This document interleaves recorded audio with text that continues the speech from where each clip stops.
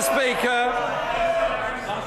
Speaker, it's very interesting that the Prime Minister still refuses to answer the fundamental question. This is not a constitutional crisis.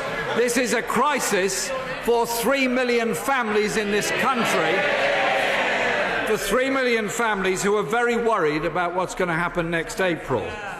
Just before the last election, the former Chief Whip, now Justice Secretary, said in answer to a question on the BBC World at 1, "Are you going to cut tax credits?" The answer was, "We are not going to cut them." Why did he say that?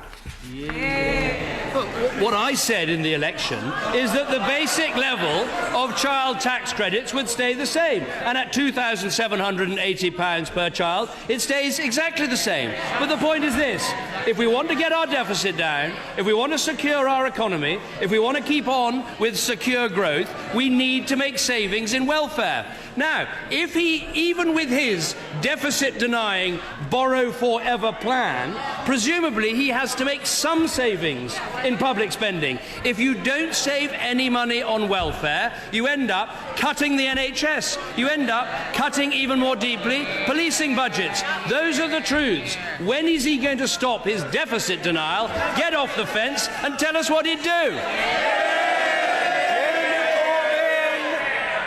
Mr. Speaker, a moment ago that the answers needed to be heard, the questions need to be heard. The right honourable gentleman is going to ask his question. It will be heard.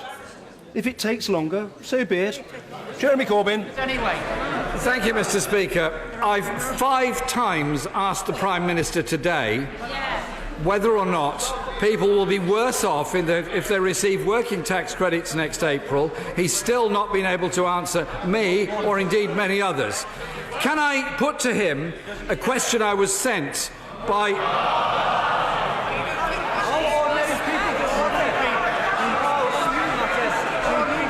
Mr. Speaker, it might be very amusing to members opposite, but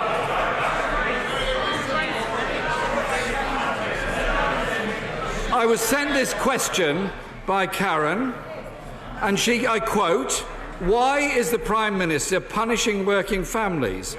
I work full-time and earn the living wage within the public sector.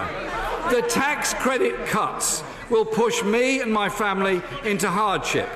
Can he give a cast-iron guarantee to Karen and all the other families who are very worried what is going to happen next April to their income, how they're going to make ends meet?" He could give them the answer today.